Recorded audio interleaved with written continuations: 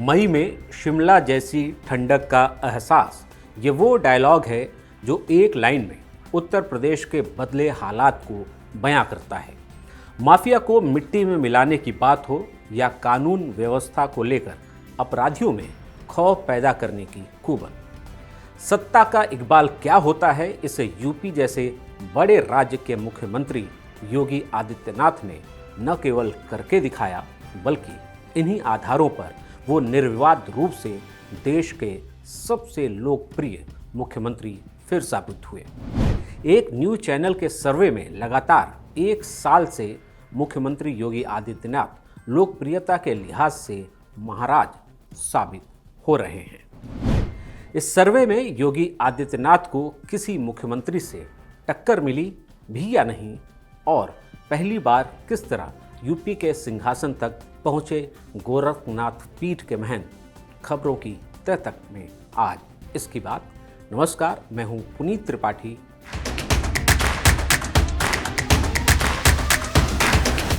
देश का सबसे लोकप्रिय मुख्यमंत्री कौन है, ये जानने के लिए किसी सर्वे की जरूरत नहीं, लेकिन किसी बात को साबित करने के लिए वैज्ञानिक प्रक्रिया अपनाने की जरूरत पड़ती है। यही किया एक राष्ट्रीय न्यूज चैनल ने, तो मुख्यमंत्री योगी आदित्यनाथ की लोकप्रियता पर नंबर 1 की मुहर लग गई। इसलिए पहली बार यूपी के सिंहासन तक कैसे पहुंचे योगी आदित्यनाथ, किसकी पसंद थे योगी आदित्यनाथ, और विदेश यात्रा का टिकट काटकर किसने भेजा था उन्हें शपथ ग्रहण की तैयारियों के लिए चार्टर्ड प्लेन, इसकी बात वीडियो में आगे। पहले बात सर्वे की। 15 जुलाई से 10 अगस्त के बीच 30 राज्यों में 1,36,436 लोगों की राय ली गई। इसके मुताबिक सत्ता चलाने में सनातन का बिगुल फूंकने वाले योगी आदित्यनाथ शीर्ष पर रहे, जो चौथे नंबर पर तमिलनाडु के MK स्टालिन, जिनके दौर में सनातन विरोधी बयानों की झड़ी सी लगी रही। और इन दो मुख्यमंत्रियों के बीच लोकप्रियता में नंबर 2 और नंबर 3 पर वो रहे जिनमें एक शराब घोटाले के आरोप में तिहाड़ की हवा खा रहे हैं, तो दूसरी कोलकाता में ट्रेनी डॉक्टर के बलात्कार हत्या के बाद अपनी ही जनता के निशाने पर हैं, यानी दिल्ली के मुख्यमंत्री अरविंद केजरीवाल और पश्चिम बंगाल की मुख्यमंत्री ममता बनर्जी। लेकिन बाकी 3 मुख्यमंत्रियों की लोकप्रियता को मिले अंकों को जोड़ भी दें तो वो योगी आदित्यनाथ को छू नहीं पाते।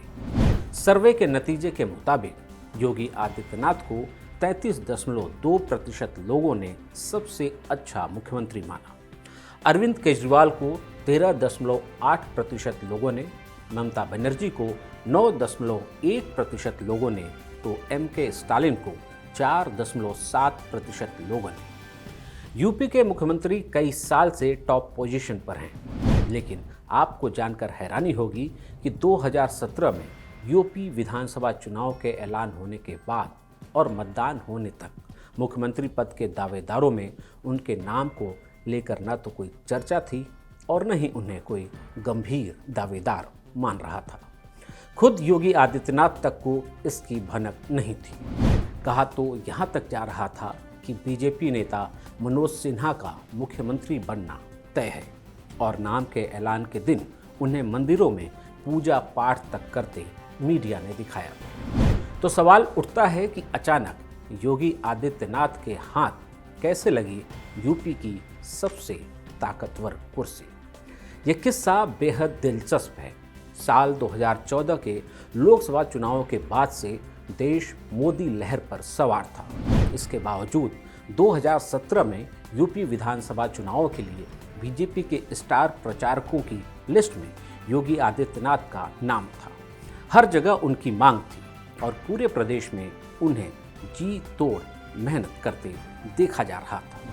11 फरवरी से वोटिंग शुरू हुई और योगी आदित्यनाथ चुनाव प्रचार की थकान के बीच गोरखपुर स्थित अपने मठ आते जाते रहे। 1998, 1999, 2004, 2009 और 2014 गोरखपुर से लगातार 5 बार से सांसद और गोरक्ष पीठाधीश्वर के रूप में गोरखपुर आना जाना अनहोनी नहीं था। चुनावी प्रक्रिया जारी ही थी कि 25 फरवरी को मुख्यमंत्री योगी आदित्यनाथ के फोन की घंटी बजी। दूसरी तरफ तत्कालीन विदेश मंत्री सुषमा स्वराज थी। सुषमा स्वराज ने योगी आदित्यनाथ से कहा कि उन्हें एक संसदीय प्रतिनिधि मंडल का हिस्सा बनकर विदेश जाना होगा। योगी आदित्यनाथ ने यह कहकर उस डेलीगेशन का हिस्सा बनने से इनकार किया कि 8 मार्च तक होने वाले चुनाव में 6 मार्च तक उनकी चुनावी कार्यक्रम है। इसके बाद सुषमा स्वराज ने उन्हें बताया कि यह डेलीगेशन 6 मार्च के बाद जाएगा और उन्हें ही इस डेलीगेशन को लीड करना है। अब इसके बैकग्राउंड के बारे में आपको बताते हैं। इस डेलीगेशन को कौन लीड करेगा, इसे लेकर असमंजस था।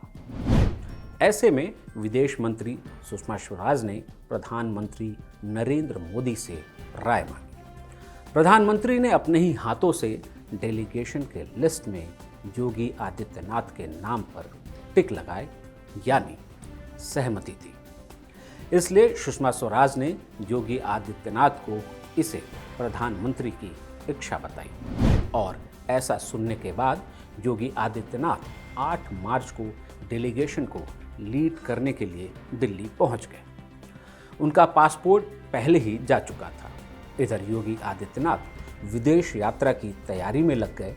उधर यूपी में 11 मार्च को होने वाली काउंटिंग की तैयारियां जोर पकड़ने लगी।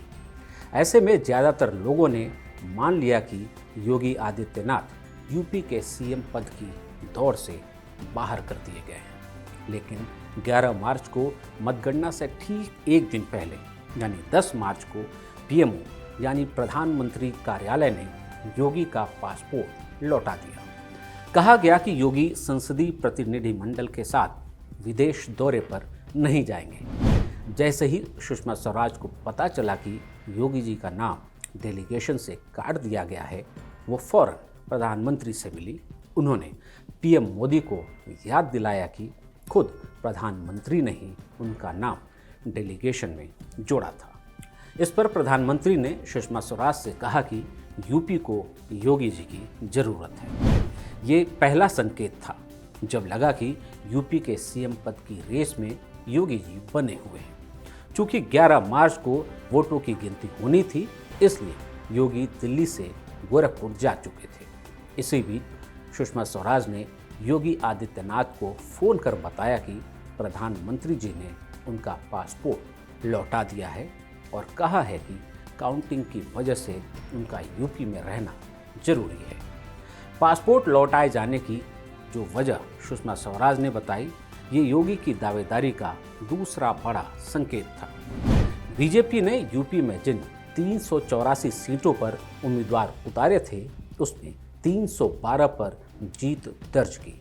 एनडीए को 325 सीटों पर जीत मिली। इस ऐतिहासिक जनादेश के बाद योगी दिल्ली या लखनऊ परिक्रमा के बजाय गोरखपुर में ही डटे रहे और 13 मार्च को होली भी उन्होंने गोरखपुर में ही मनाई। चूंकि योगी आदित्यनाथ तब सांसद थे, इसलिए 16 मार्च 2017 को वो बीजेपी संसदीय दल की बैठक में हिस्सा लेने दिल्ली पहुंचे। संसदीय दल की बैठक में योगी आदित्यनाथ और तत्कालीन बीजेपी अध्यक्ष अमित शाह की मुलाकात हुई, जहां अमित शाह ने कहा कि वो अलग से उनसे कुछ बात करना चाहते हैं। इसके बाद योगी और अमित शाह की मुलाकात हुई, लेकिन इस सामान्य बातचीत के अंत में अमित शाह ने केवल इतना कहा कि आप अभी दिल्ली छोड़कर मत जाइए। ये योगी आदित्यनाथ के लिए तीसरा बड़ा संकेत था। चूंकि इस बीच योगी आदित्यनाथ को किसी नेता या पार्टी की तरफ से साफ साफ कोई संदेश नहीं मिला था, इसलिए एक दिन बाद यानी 17 मार्च को योगी आदित्यनाथ दिल्ली से गोरखपुर पहुंच गए। शाम के करीब 6 बजे थे। अचानक योगी के फ़ोन की घंटी बजी तो दूसरी तरफ अमित शाह थे। अमित शाह ने योगी से पूछा कि वो कहाँ हैं। इस पर योगी ने बेहद संकोच से बताया कि वो गोरखपुर पहुंच चुके हैं। इस पर अमित शाह ने योगी से कहा कि जब उन्होंने उन्हें दिल्ली में रहने को कहा था तो उन्होंने ऐसा क्यों किया। इस पर योगी ने जवाब दिया कि चूंकि दिल्ली में उनका कोई काम नहीं था इसलिए वो लौट आए। अमित शाह ने योगी से तुरंत दिल्ली लौटने को कहा। चूंकि ये बातचीत शाम के करीब 6 बजे हो रही थी इसलिए उस वक्त दिल्ली के लिए न तो फ्लाइट थी और न ही ट्रेन। योगी ने अमित शाह से इस परेशानी का जिक्र किया। इसके बाद अमित शाह ने योगी से कहा कि वो दूसरे दिन सुबह चार्टर्ड प्लेन भेज रहे हैं, उसी प्लेन से योगी दिल्ली आ जाएं और इसके बारे में किसी से कोई चर्चा न करें। बातचीत के मुताबिक योगी दूसरे दिन दिल्ली पहुंच गए। सुबह 11 बजे योगी और अमित शाह की मुलाकात हुई। इसके बाद अमित शाह ने उसी चार्टर्ड फ्लाइट से योगी को लखनऊ जाने को कहा और बताया कि शाम को 4 बजे विधायक दल की बैठक में उन्हें नेता चुना जाएगा और अगली सुबह उन्हें मुख्यमंत्री पद की शपथ लेनी है। बात जंगल की आग की तरफ फैली तो गोरखपुर में गोरखनाथ मंदिर के आसपास का उत्साह हिलोरे मारने लगा। मुख्यमंत्री बन गए, मुख्यमंत्री बन गए, सीएम बन गए, सीएम बन गए। 16 मार्च को बीजेपी संसदीय दल की बैठक में हिस्सा लेने गोरखपुर से दिल्ली, 17 मार्च को दिल्ली से गोरखपुर, 17 मार्च की शाम को अमित शाह का फोन, 18 मार्च की सुबह चार्टर्ड प्लेन से गोरखपुर से दिल्ली, 18 मार्च की शाम दिल्ली से गोरखपुर और 19 मार्च को यूपी की सत्ता का सिंहासन।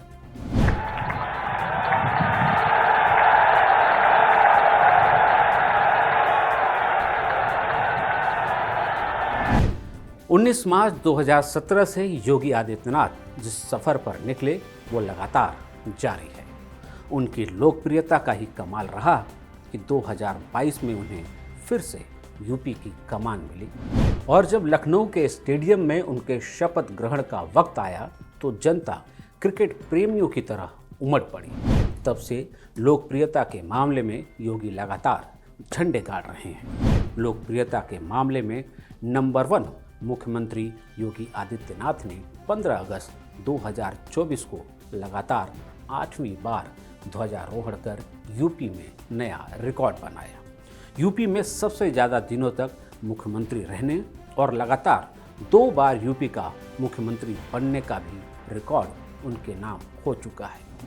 यूपी जैसा राज्य हो और 10 साल लगातार एक सरकार हो तो लोकप्रियता गिरने का खतरा रहता है, लेकिन जब सत्ता में हो योगी जैसे संत तो तमाम अंदेशों का होना ही है अंत। यूपी के बतौर मुख्यमंत्री लोकप्रियता में टॉप पर बने रहना तो यही कहता है। आप क्या सोचते हैं, क्या देश में योगी से बेहतर कोई और मुख्यमंत्री है? अपनी राय कमेंट बॉक्स में ज़रूर लिखें और ये वीडियो पसंद आया हो तो इसे लाइक करें और चैनल को सब्सक्राइब करें।